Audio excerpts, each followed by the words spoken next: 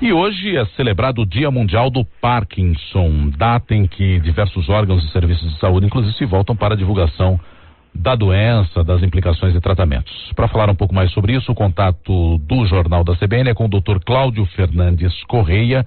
Dr. Cláudio é mestrado e doutorado em neurocirurgia pela Escola Paulista de Medicina, a Unifesp, idealizador e coordenador do Centro de Dor e Neurocirurgia Funcional do Hospital 9 de Julho. Como vai, doutor? Bom dia, tudo bem? Bom dia, como vai? Tudo bem. Doutor, Dia Mundial do Mal de Parkinson, ou do Parkinson, simplesmente. É uma doença ainda muito presente na vida das pessoas, especialmente aqui no Brasil, ou não? Certamente, é uma doença bastante presente, mais ou menos 200 casos a cada 100 mil habitantes por ano, isso praticamente no mundo todo é igual. Ela é uma doença progressiva, ela é degenerativa. Acredita-se hoje, ao contrário do que alguns anos atrás se imaginava, que apenas um grupo de células degeneravam e deixava de produzir uma substância importante na harmonia do movimento do corpo humano, que é a dopamina, mas hoje acredita-se que outras células de outras estruturas adjacentes também percam essa função importante, levando à progressão da doença, não só para aqueles sintomas iniciais que faz o diagnóstico da doença ou do mal de Parkinson, que predominantemente são os tremores e a rigidez, que dá uma lentidão nos movimentos do paciente. Isso tem um caráter progressivo, surgindo outros sintomas importantes, como distúrbio do equilíbrio, aumento da salivação na boca, alterações do comportamento, como depressão em cerca de 30% dos casos, e o agravamento progressivo desses sintomas à medida que o tempo vai passando. Tá, esses sintomas, eles podem surgir antes, por exemplo, do que os tremores, doutor? Então, os sintomas mais comuns de início da doença, eu poderia praticamente dividir em dois grandes grupos. Aqueles que inicialmente vão apresentar uma alteração do movimento, ou seja, um tremor.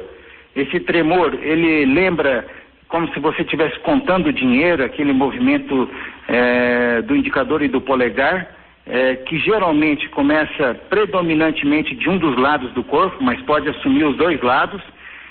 E tem um outro grupo que não começa com movimentos involuntários, mas começa com uma lentidão, e isso é muito importante para quem está nos ouvindo, porque às vezes num familiar em casa, observa que o paciente de um ano para cá, ele começou a ficar muito mais lento nos seus movimentos. Para andar, a gente quando anda, geralmente balança o braço, e a pessoa que tem a doença de Parkinson começa a perder esse movimento associativo na marcha. E vai ficando mais lento, não só nos movimentos, por exemplo, para levar o garfo com o alimento até a boca, mas também nas suas expressões gerais, em todos os sentidos, e até na fala.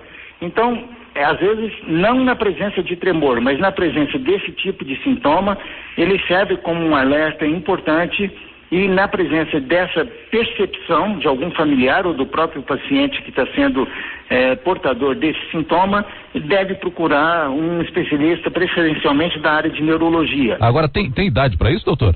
Predomina em pacientes de 60 anos para cima, mas existem jovens também, 35, 40 anos, que podem ser vítimas dessa enfermidade. E aí, quando acomete pacientes mais jovens, a doença tem um curso evolutivo mais grave. Medicina não é uma ciência exata, mas costuma ser dessa forma que evolui um paciente jovem com a doença de Parkinson, ou seja, uma rapidez de piora dos sintomas. Dr. Cláudio Fernandes, é uma doença que não tem cura, mas o senhor diria que hoje é mais ameno conviver com o problema do que alguns anos atrás? A gente hoje está um pouco mais avançado no que diz respeito a tratamento, inclusive aqui no Brasil, ou não, doutor? Não, sem dúvida alguma. Aqui no Brasil, eu diria que nós temos centros que são idênticos em termos de qualidade de tratamento, otimizado tratamento, aos melhores centros do mundo. Esses tratamentos, evidentemente, eles envolvem não só o tratamento com medicamentos, que é o começo do tratamento, deve ser com drogas que vão repor aquela dopamina, que é a substância que eu disse que algumas células vão degenerando e deixando de produzir. Então, a levodopa é um remédio bastante empregado, depois associado com outros medicamentos. Existe também, paralelamente, um tratamento com medicina física, porque esses pacientes que ficam enrijecidos, com limitação dos movimentos, precisa da ação da fisioterapia e do fisiatra para orientar qual a melhor atividade. Muitas vezes da fonoaudiologia, porque vai orientar a mastigação e a deglutição do alimento, que vai ficando também dificultado. É muito importante também a área da saúde mental, porque, como eu disse, cerca de 30% vão evoluir com alterações do comportamento, incluindo aí a depressão. Então, é um tratamento que eu chamaria de multiprofissional e multidisciplinar, e quanto mais, hoje tem muitos recursos que quanto mais precoce for usados nesse paciente, vai permitir a ele certamente uma boa qualidade de vida por um tempo relativamente longo.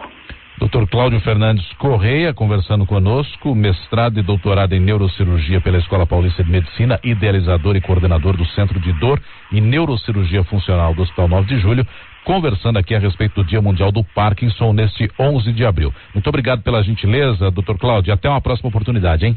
Eu te agradeço a oportunidade.